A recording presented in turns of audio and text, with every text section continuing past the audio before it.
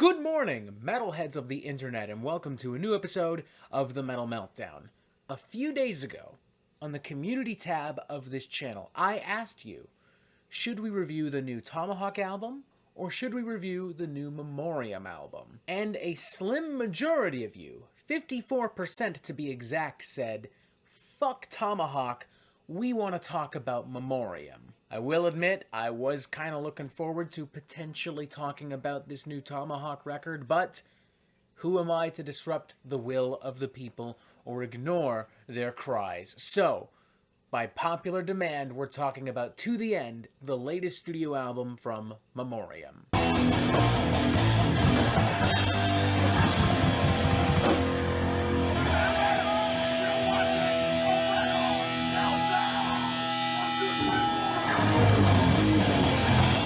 Memoriam is an English death metal supergroup featuring Spiky T. Smith on drums and Frank Healy on bass respectively, both members of Sacrilege, Frank also a former member of Benediction. We also have Scott Fairfax on guitar, who is currently a member of American old school death metal crew Massacre and the aforementioned Benediction. And rounding out the lineup on lead vocals is none other than Carl Willits, formerly of the legendary Bolt Thrower. And while Memoriam does borrow influence from most, if not at least some of the bands we've already mentioned, it is ultimately, almost intentionally, a continuation of Bolt Thrower, with Carl even going as far as to say that Memoriam is actually a tribute to Bolt Thrower drummer Martin Kearns, whose untimely death in 2015 resulted in Bolt Thrower retiring the following year in 2016. What's the old saying? A rose by any other name would smell just as sweet? Well, this rose got trampled by a tank, in a good way, if that makes sense. I don't think it does. Allow me to explain. This might not be Bolt Thrower in name, but it is most certainly Bolt Thrower in spirit. There are tons of chunky, crispy, groovy death metal riffs, tons of militant, abrasive, hostile percussion, tons of insane vocal performances from Carl Willits, lyrics about war and politics and death. It is dark, it is brooding, it is stubborn, it is, exactly as I said before, essentially a continuation of everything Bolt Thrower did so consistently well. Now, I imagine for several people, this is a dream come fucking true. I mean, Bolt Thrower remains one of the most popular and influential death metal bands out there. There are literal waves of bands inspired solely by Bolt Thrower, to the point where we call them Bolt Thrower worship. I'm pretty sure that's exactly how the Frozen Soul record was fucking sold to me. It's Bolt Thrower, but from Antarctica. Literally. I get it. I really do. And for the record, I genuinely enjoyed much of what's on this record.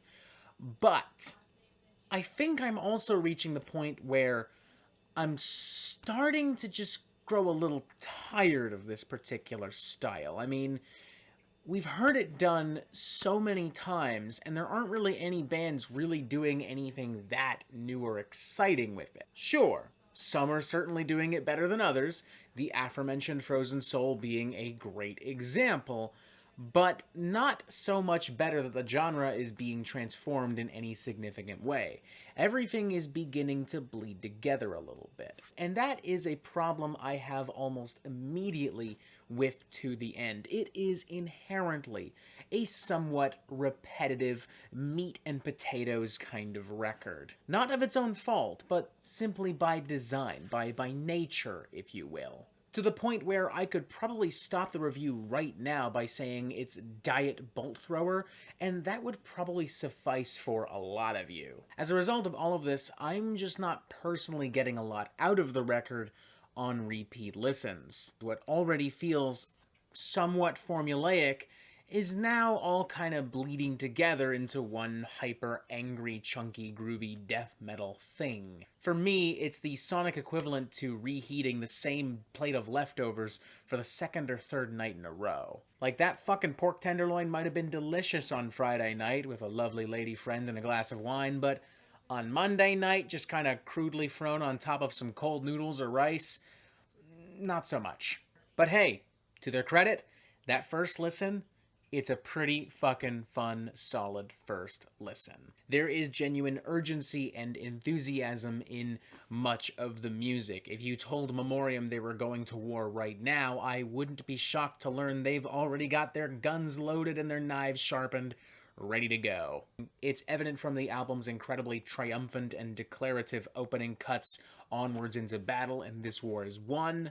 It's evident in the very righteous and rebellious old-school death metal fire of vacant stare and failure to comply, and even in some oddly emotive, doom-laden cuts like Each Step Closer to the Grave and the album's closing track, As My Heart Grows Cold. The former of which bearing distinct influence from more traditional doom metal, while the latter of which takes on some more melodic and progressive ideas, including some very evocative guitar licks, some cleaner ambient atmospheric vocals, and a lot of changing, churning soundscapes and rhythms.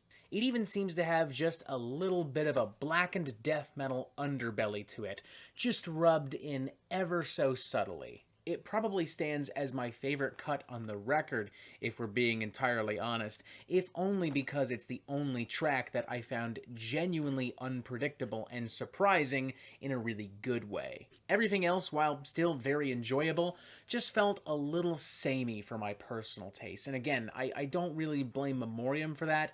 I more so blame the genre, and I blame the hundreds of bands out there who worship the ground Bolt Thrower stands on and as such have copied them to fucking death. Yeah, it's meat and potatoes, and yeah, maybe I don't want to keep it in the fridge for too long, but you know what? It's really not that bad, especially not enjoyed with a close group of friends and a couple cold fucking beers, so I would give this a very enthusiastic 3 out of 5. It's far from being an especially bold or adventurous record, but Memoriam clearly don't really care about that.